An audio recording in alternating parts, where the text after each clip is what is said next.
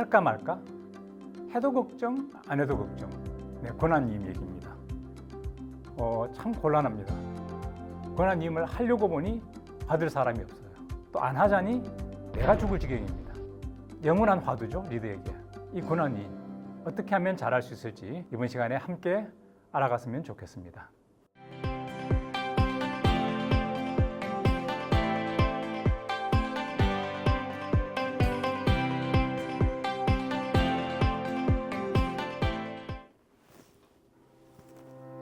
하우코칭 박신호 코치입니다. 하루님께서는 권한위임 어떠세요? 잘 하세요? 네. 권한위임을 하면 중간에 또 계속 피드백을 줘야 되고 수정해 줘야 되고 결국은 결과물이 원하는 대로 나오지 않다 보니까 그냥 내가 빨리 하고 말지라는 생각이 자주 들게 됩니다. 네, 그러시군요. 그렇죠. 안나님께서는 권한위임을 받으시면 어떠세요? 이걸 제가 하는 일이 맞는 건가, 지금 상사분이 저에게 일을 떠넘기는 건 아닌가라는 그런 좀 조심스러운 생각을 좀 하게 됩니다. 네. 네. 권한위임이 오히려 업무를 나에게 떠넘기는 것으로 느껴지시는군요. 권한위임, 리더로서 성장하려면 꼭 해야 한다고 합니다. 그런데 참 어렵습니다. 팀장이 될 리더는 의욕이 넘치죠. 그렇지만 예전과 달리 자신이 직접 처리하기에는 팀의 업무가 너무 많은 거죠. 그래서 권한위임을 해야 하는데 하려고 하니 도무지가 미덥지 않습니다. 그렇다고 위임을 하지 않으면 결국은 업무에 대한 과부하로 번아웃이 돼서 업무를 놓치기 시작하죠. 그래서 권한위임을 어쩔 수 없이 했는데 하고 보니 불안한 겁니다. 그래서 수시로 체크하고 진행사항 체크하고 문제점 파악하고 그러다 보면 문제가 생기면 해결 방안 제시하고 그랬더니 구성원이 또 그래요. 아니 이럴 거면 권한위임을 하지를 말지. 그런데 리더는 또 그럽니다. 권한위임 하고 나서도 이렇게 힘들어 죽겠는데 이거 왜 해? 참 난감하죠. 도대체 권한위임 어떻게 하면 잘할까요? 그 방법을 한번 알아가 보도록 합시다. 권한위임은요, 구성원들의 역량을 향상시키고 몰입과 자율적 노력을 이끌어서 생산성 향상에 큰 영향을 끼친다고 합니다. 그래서 조직의 성과를 책임지는 리더에게 권한위임은 선택이 아니라 반드시 수행해야 하는 과업과도 같은 거죠. 그러나 현실은 그렇게 녹록치만은 않습니다. 우선 권한위임을 왜 해야 되지? 라고 권한위임의 필요성을 느끼지 못하고요. 또 막상 하려고 하면은 난감할 때가 참으로 많습니다. 여러 가지 이유에서 리더들이 권한위임을 꺼린다고 하는데요. 첫 번째가 내가 해야 잘한다고 생각한다는 겁니다. 가장 많이 하는 얘기는 맡길 만한 친구가 없어요. 위임해봐야 업무 빵꾸 날 거 뻔한데 그러면 결국 또 내가 해야 되고 그럴 거면 그냥 내가 하는 게 빨라요.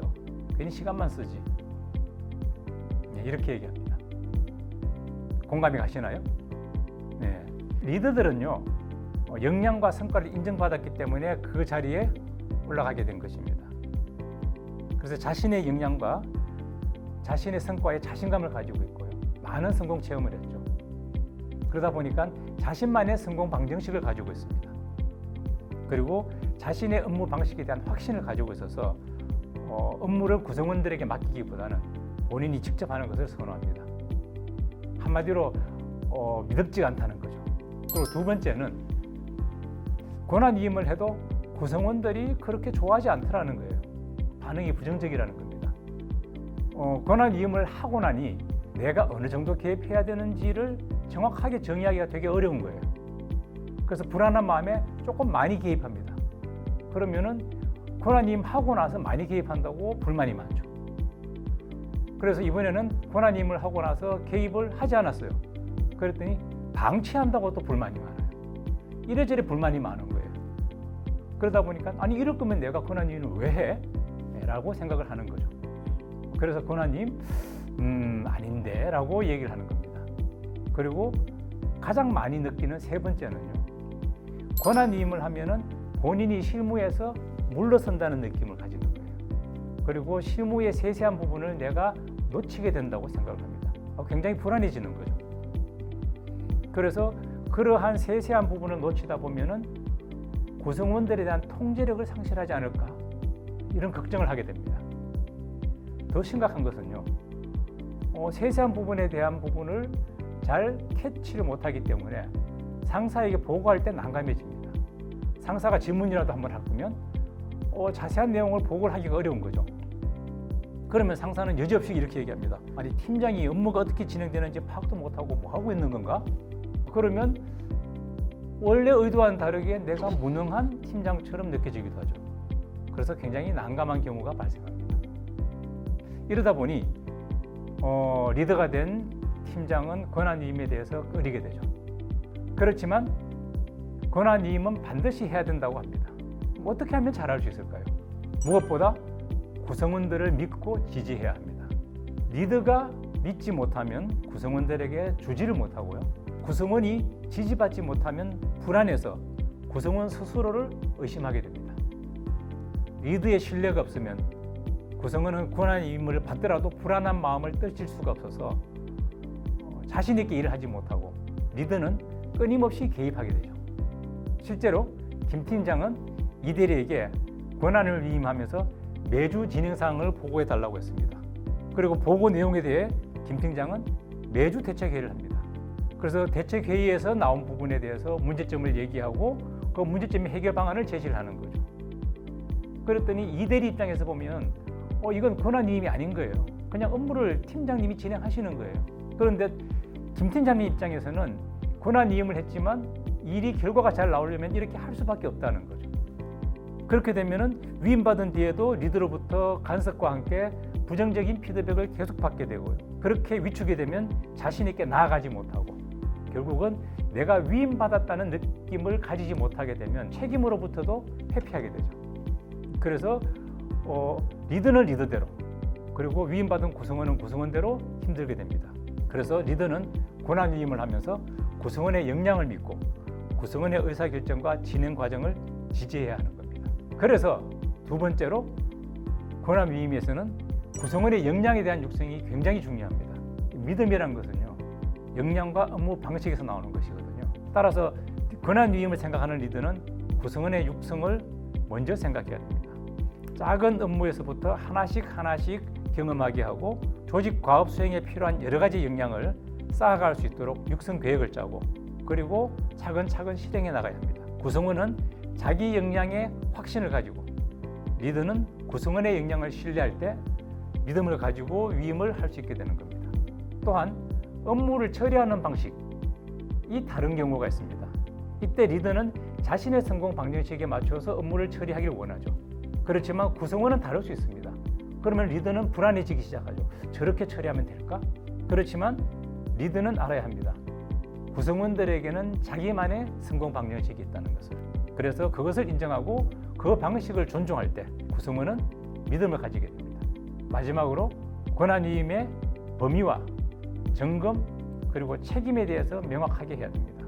위임을 한다고 해서 팀장이 또는 리더가 그 과업의 책임에서부터 벗어나는 것은 아닙니다. 리더는 모든 일에 대한 책임을 항상 가지고 있는 거죠. 그러한 자리가 리더의 자리입니다. 따라서 위임을 하였지만 과업의 성과를 위해서 필요한 점검 계획을 세워야 합니다. 또한 권한위임이란 것은 책임과 권한이 함께 움직이는 거죠. 따라서 권한위임을 할 때 위임의 범위에 따른 책임과 권한을 명확히 하는 것이 굉장히 중요합니다. 그냥 막연히 자, 내가 위임했으니 알아서 잘 해봐, 잘 하잖아, 이렇게만 한다면 위임받은 사람은 내가 어디까지 권한을 행사할 수 있고 어느 정도의 책임을 져야 되는지 알기가 굉장히 어렵죠. 그러다 보면은 자신이 생각하는 범위만큼 권한을 가졌다고 생각하고 나름대로 일을 하지만 어느 순간 리더가 아니 거기까지는 아니고 라고 한다면 도대체 내가 어디까지 권한을 갖는 거지? 어디까지 책임져야 되는 거지? 라고 의심하게 됩니다. 이런 것들로 인해서 위임을 하고 난 뒤에도 리더와 구성원 사이에 오해에 의한 갈등이 계속 생기게 되는 거죠. 무엇보다도 과업을 진행하면서 리스크가 예상되는 부분, 이런 부분들에 대해서 미리 얘기하고 어떤 시점에 어떤 항목으로 같이 점검할 것인지 사전에 정의하고 그리고 그 점검에서 발견되는 문제점을 같이 해결하려는 노력이 필요합니다.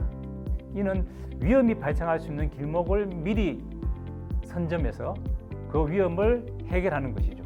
이러한 노력이 권한 위임을 성공적으로 이끌 수 있는 큰 힘이 되는 것입니다.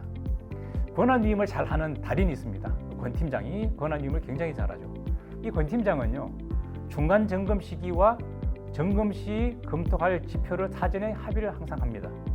그리고 점검 시점까지 진행되는 과정에 대해서 모든 과정을 위임을 하죠.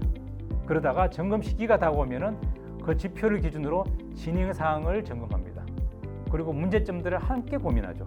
그런데 이때 권 팀장은 발견된 문제에 대해서 질책하지 않습니다. 왜냐하면 문제가 발생하는 것은 과업을 수행하는 데서 일어나는 자연스러운 현상이라고 보는 거죠.